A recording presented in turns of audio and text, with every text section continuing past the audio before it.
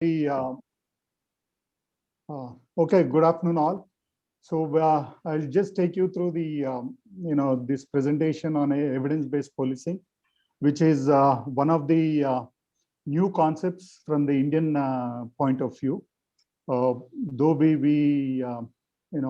read and we learned from the theories, but I think putting it into a practice was really challenging. But also it was a good opportunity to go through this process in the last probably 5-6 years. So it was a great learning. So just a snapshot of the project details. It went operational sometime early in 2016. And coverage, basically, we started with Hyderabad jurisdiction, and then we scaled it up at a state level. Now the system is running at state level with a central integrated all the district.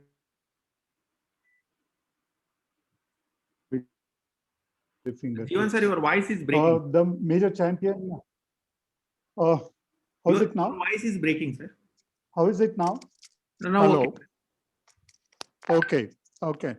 The champions mainly the frontline officers, but at the same time we have a lot of the other officers who support these frontline officers. So all these people are involved in this.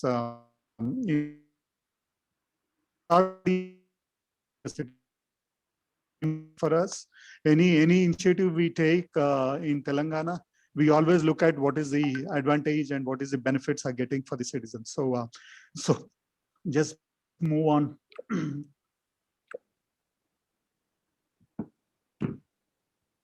Yeah, any crime happens, any event of crime which happens, or any activities police does, I think the first responder would be the police, to address any issues which are cropping out in the city or in the state. Basically, the major objective why we have adapted for the evidence-based policing is to first improve the transparency, efficiency and effectiveness among the police force. So that is the first thing. So how do we improve the responses to the crime? How do we improve responses to the citizen needs? And how do we improve our processes and internal processes to make it more viable for the citizens to approach, and also the accessibility by the police to the citizens. So one. And the second is obviously when we are adapting a new concept, we need to really have the same set of competencies built within the organization, whether it could be a police officers or it could be even the multi-agency other departments who interact on a day-to-day activities. So the other thing is also that not only adapting the concept, but also we need to institutionalize all these evidence-based policing practices. And the last but not the least is that any service we deliver to the citizens or to the internal customers like multi-agency departments,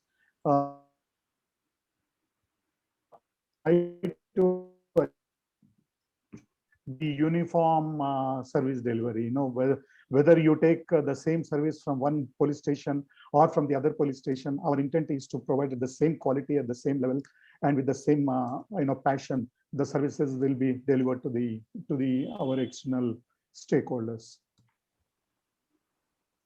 Okay, when we adapted this evidence-based policing, we thought that Sherman's model, who is a professor in University of Maryland, who is also very famous, who works in the Department of Criminology, who came up with a model, which they call it as a Sherman's model, popularly known as. So basically, this is a model in short term, in a nutshell. What it talks about is that any decisions you take or any activities you do, it should be based on certain past evidences or based on certain research. And also you track that. So what it says is that, whatever the guidelines you define from the literature or past history, and what are the measurable, outputs which you define, whether you have achieved or not, you need to, check back and see what worked and what didn't work, and start making the improvements in the process and add to the repository. And this cycle goes on. which is also very similar what we hear from the quality management PDCA cycle, which is nothing but plan, do, check, and act. So I think though it is not exactly the same, but I think on more or less is the similar concept. So we thought that we decided to take that as a framework, and then go ahead with the thing. So my approach to this presentation, because the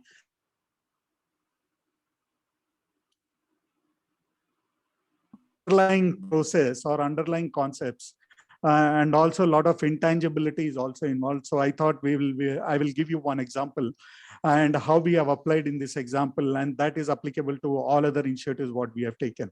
So here I have taken as a visible policing is one of the focus areas for us to improve our services. The pre-EBP where the visible policing, there are major 2 or 3 activities involved. One activity is the police patrolling, is the one major activity. And the second activity is the community policing. So these, if you take these 2 are the major activities. The way we were doing before evidence policing, we used to have very standard, very static patrolling routes, irrespective of what is happening in the community or in the streets. So every day the police used to go in that routes, whatever is decided, those routes will used to be fixed for a week or 10 days or sometimes even more period. So still, the crime used to happen.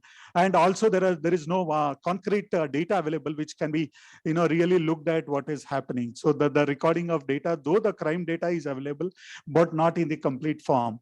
So what is resulted is that though the efforts are being put by the patrolling officers, but the desired results were not coming back to us, where the crime is still continue to happen. Sometimes the crime is on the rise, and we didn't have a clue what is exactly happening, how to track that, who are the criminals. It used to take days and days to get all this information.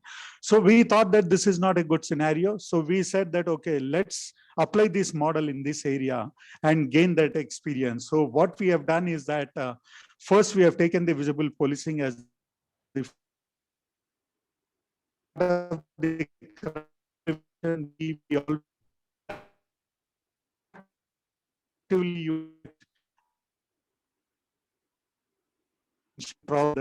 the crimes will automatically go down. So that is the reason we have selected this as one of the important areas. So what we have done is that first challenge we had was how to collect the information or the data, because data was present in multiple areas, multiple departments, and the data is also very in a primitive nature. So we really didn't have the much information, except in pockets we do have. So what we have done is that first we got all this data collated, and then we have first defined the process that how do we really collect this data as we go along, and then what are that parameters or the attributes we need to attach to the data so that there is a meaningful analysis can be made and it can be applied for the visible policing. So there are a couple of things which we have done. One is, of course, the location based was available, but that is not on the geospatial platform. It says it is more in a descriptive form, the location. So first what we have done, all these crimes we have mapped down to the geospatial platform. And then, the location data which is mapped, we have taken certain area, and then we have taken all these data and mapped onto the geo platform. And we made a consolidated into a single platform. So that is one thing which we have done. And the second thing we have also done is that we have collected all the criminals and geotagged all these criminal home locations. That is the second thing which we have done. And also we applied certain tools, and then we applied on these databases, understanding what are the crime patterns and what are those high density crimes which are happening, which is nothing but the so-called hotspots. So all these information being analyzed using the tools, using our own databases. there are multiple databases are there, like CCTNS and crime database, and there are a lot many criminal database. So there are a lot many databases which we brought into a single platform, and then we started analyzing those data, and then we arrived at the hotspots and the crime patterns, what type of crimes are happening, where it is happening, and at what time it is happening. On the time series, we brought all these and we got a certain pattern evolved. And based on this pattern evolved, we started defining the patrolling routes. So every vehicle we have the vehicles in each police station jurisdiction, minimum 4 to 5 vehicles are there, and each vehicle is geotagged. So we know where it is going. So once the route is decided, and this is an ongoing process, every day, every week, there is a periodically we do, sometimes periodic or sometimes every day we do, and we arrive at those dynamic routes. And then we also decided that the hotspots, we identified the hotspot locations, and then we identified as a point book, which means that a police officer should visit these locations. Invariably, they have to visit these locations, and all these locations are geotagged. So whenever there is a vehicle goes there, and he has to update in the tab that he has visited there, and there is a person next to that location who is a shopkeeper or whoever it is there. So he becomes a witness of his arrival. Apart from what we capture the geo details, geolocation details. This is another one. And the third is that we also have the incognito policing as well, especially for the women's safety. So incognito policing also, we capture a lot of information from there based on the crime patterns. And we also geotagged all the cameras which are there in every location.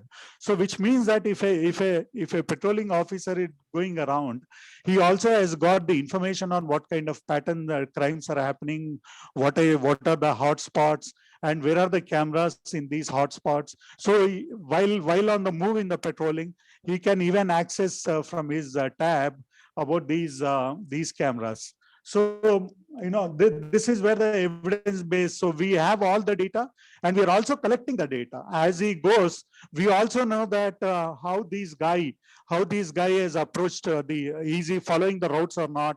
Is he deviating from that? And he is also talking to the people or not? All those things we also capture, and we track all those things. In addition to that, we also interact with the community, because hotspots where the community interactions takes place, and there are a lot of felt needs are captured in the system. What exactly they are facing, what kind of issues are facing, what are their needs. All these things are felt needs are captured in the system, and then we act upon it. And all these felt needs also is being available to the citizens, where the portals are available. So those through those portals, they can also look at online real-time status updates things. So there is a transparency is being given, and also there is a data which is captured, whatever the complaints or incidents, even the information available on the latest real-time status updates. 2 more minutes. Now these are yeah, these are the tools which are available. Of course, everything is integrated on a single platform. So we have the opportunity to data mining all the data which is available based on the need. And also we have a situational awareness as well. When an incident happens, we get to know what kind of crimes have happened, who are the criminals staying in near that incident, what are the vehicles movement is there. We can all do all that data mining into that, drill down all that, and arrive at when any crime happens, to get the information on that. And similarly, we have given the mobile applications as well to the citizens, where they can look at whatever the police services we have given to get the services rendered, and also track their complaints or their incidents which are there. Apart from that, we have police station level Facebook pages and also portals, including the traffics. So So in order to achieve at a state level, we have made a governing structure where we have one team sitting at the headquarters and the other team at a unit level, like commissionerate level, and the three teams who work in hand as a cross-functional team, and they track all these things, ensure that all the evidences are captured and all the evidences are analyzed, and deriving the decisions based on that, and action plan is worked out. So these are certain areas. I'll quickly walk through this because I've already given the gist of what, how do we manage these areas.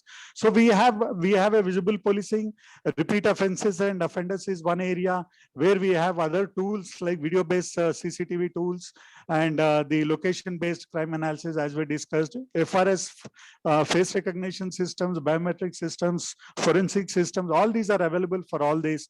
Community policing is another one, which is we strongly believe in building the safer communities.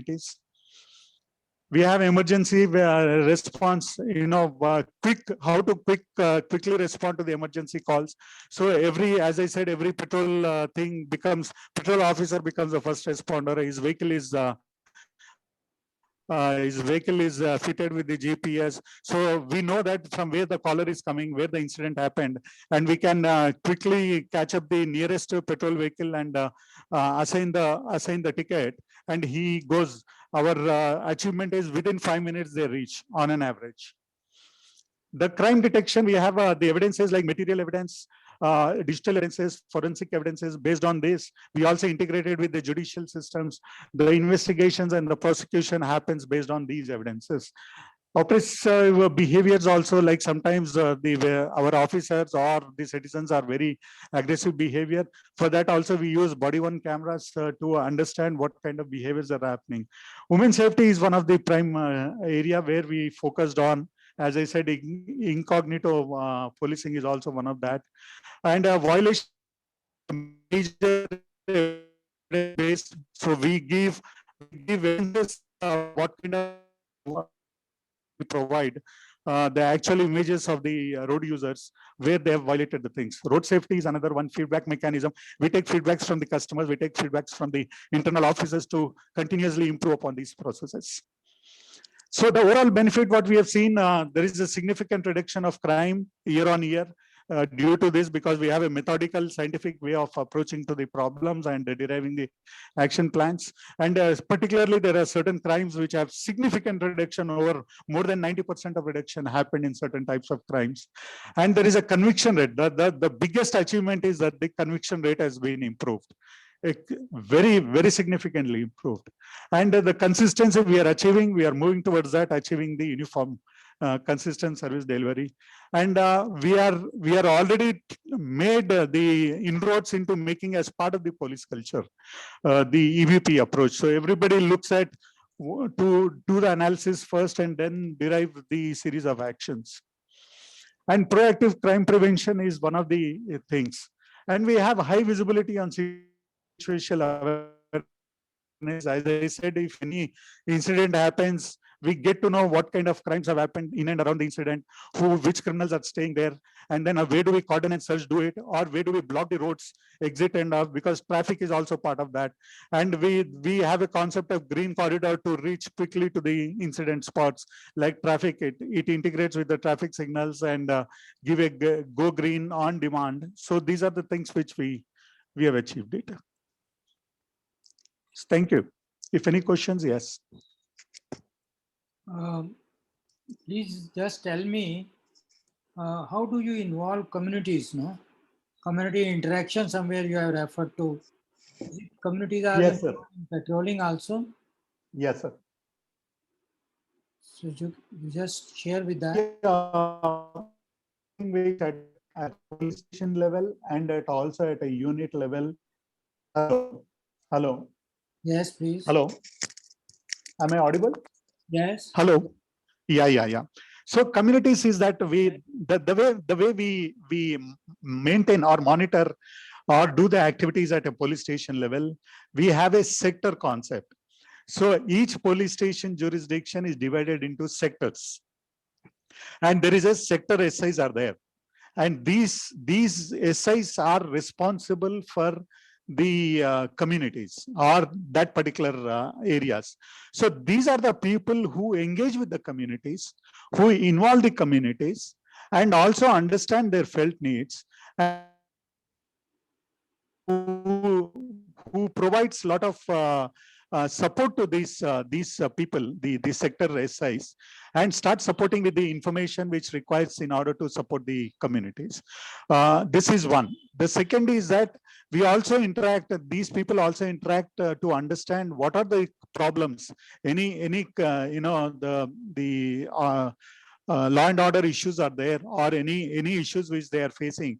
They try to interact, and they invite the participation in the community meetings, and they try to take all actions in that. So, and we track all these information or the points which have come through these interactions also, which are provided to the community also to verify whether the actions are taken or not. Good. Now, has it also led to some rationalization of your forces also? Yes, there is a lot. There is a lot, because there are a lot of revelation happened through this, because earlier we used to spend a lot of forces for nothing. I mean, there are no idea why we are keeping certain forces at some point of time, or there are places where people are working on the same job. So there is no tracking mechanism. Now, with this technology and with this integration of all the things, we know what kind of information. And for that matter, for instance, I'll give you one example. A court marshal, the court officer who serves summons and all, and he has to update. He has to update on the pad, his pad, that what summons he has updated and where he has served those summons. So there he goes and updates in the pad, and immediately it reflects on this. Otherwise, what used to happen, there are multiple court officers are there in the police stations, and sometimes they go to the same place to summon different people, but they go to the same place. Rather than, we can optimize this work and give it to one person who covers the areas within the same locality. So that is how we rationalized all these things and streamlined, number one. Number two, it also resulted in defining the roles very clearly. So we defined roles and responsibilities for all these. So in a police station, we have made 17 verticals. And for each 17 verticals, we made a matrix sheet, responsibility sheet.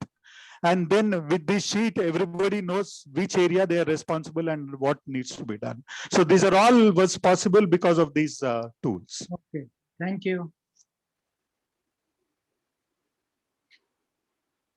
Sir, very nice presentation. Thank and you, sir. With this scientific evidence-based proof, I think the court also must be respecting this and taking them as good proof. Yeah, in fact, I'll tell you, sir, we are the first state to integrate judicial system with our system. This is the first state. Sir, you would like to add? Srinath, sir. I think he is the right person to add here. Srinath, sir. Yes, sir. Interoperable criminal justice system only in Telangana only we have integrated with completely. We are end to end, sir. Completely all the soft copies of investigation documentation we are transferring to the courts, sir, directly. Courts are accepting all the charge sheets and all other arrest modules, and everything is on through soft copies module in entire Telangana. We are implementing all the police stations of Telangana area, sir, completely. And High Court Chief Justice is also involved in this process, sir. In fact, there is a good encouragement from their side also. And there is a lead time is also reduced. I mean, the beauty is that the amount of time it used to take manually, sending the papers there, missing those papers. Now there is no question of missing the information. There is a information, what it transfers, it will go over there. So I think there was a tremendous success we have achieved, and we have rolled out to the state level. Very good project, sir. Very good. Thank you so much. Thank you.